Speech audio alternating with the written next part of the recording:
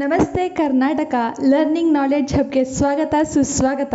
ಈ ವಿಡಿಯೋಲಿ ನಾವು ತಿಳ್ಕೊಳ್ಳೋಣ KCET ಪರೀಕ್ಷೆಯಲ್ಲಿ 50 out of syllabus question appear ಆಗಿತ್ತು. ನಂತರ KCET ಏನು ಮಾಡ್ತಪ್ಪ ಅಂದರೆ KCET ತಜ್ಞರ ಸಂಘಕ್ಕೆ ಈ ವರದಿಯನ್ನು ಒಪ್ಪಿಸ್ತು. ಸೊ ಎಲ್ಲ ಸ್ಟೂಡೆಂಟ್ಗೂ ಕ್ವಶನ್ಸ್ ಇದ್ದೇ ಇರುತ್ತೆ.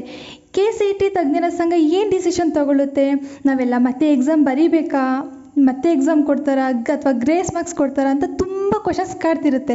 ಸೊ ಅದಕ್ಕೆಲ್ಲ ಇವಾಗ ಆನ್ಸರ್ ಸಿಕ್ಕಿದೆ.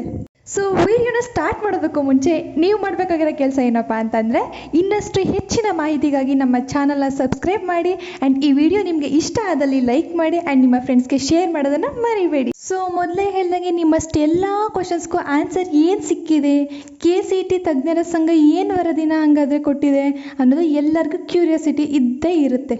KCET ತಜ್ಞರ ಸಂಘ ಕೊಟ್ಟಿರುವ ವರದಿ ವಿವಿಧ ವೃತ್ತಿಪರ ಕೋರ್ಸ್ ಪ್ರವೇಶಾತಿ ಸಂಬಂಧ 3.5 ಲಕ್ಷ ವಿದ್ಯಾರ್ಥಿಗಳು ಬರೆದಿದ್ದ CET ಬರೋಬ್ಬರಿ 50 ಪಠ್ಯೇತರ ಪ್ರಶ್ನೆಗಳನ್ನು ಕೇಳಿರುವುದು ತಜ್ಞರ ಸಮಿತಿ ವರದಿ ಸಾಬೀತಾಗಿದೆ.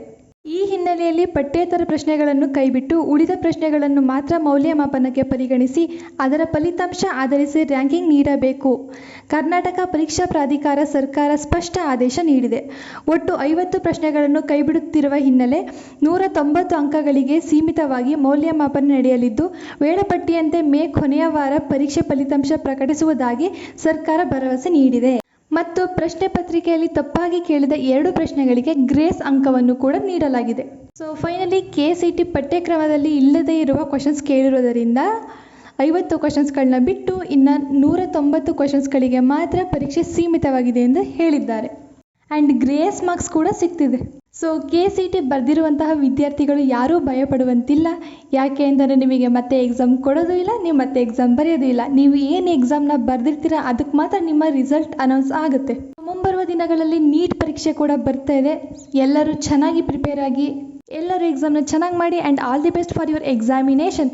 ಇಷ್ಟೆಲ್ಲ ವಿಷಯ ತಿಳ್ಕೊಂಡ್ಮೇಲೆ ನಮ್ಮ ಚಾನಲ್ನ ಸಬ್ಸ್ಕ್ರೈಬ್ ಮಾಡಬೇಕು, ಲೈಕ್ ಮಾಡಬೇಕು, ಶೇರ್ ಮಾಡಬೇಕು ತಾನೇ. ಮೊದಲ ಕೆಲಸ ಮಾಡಿ. Thank you so much.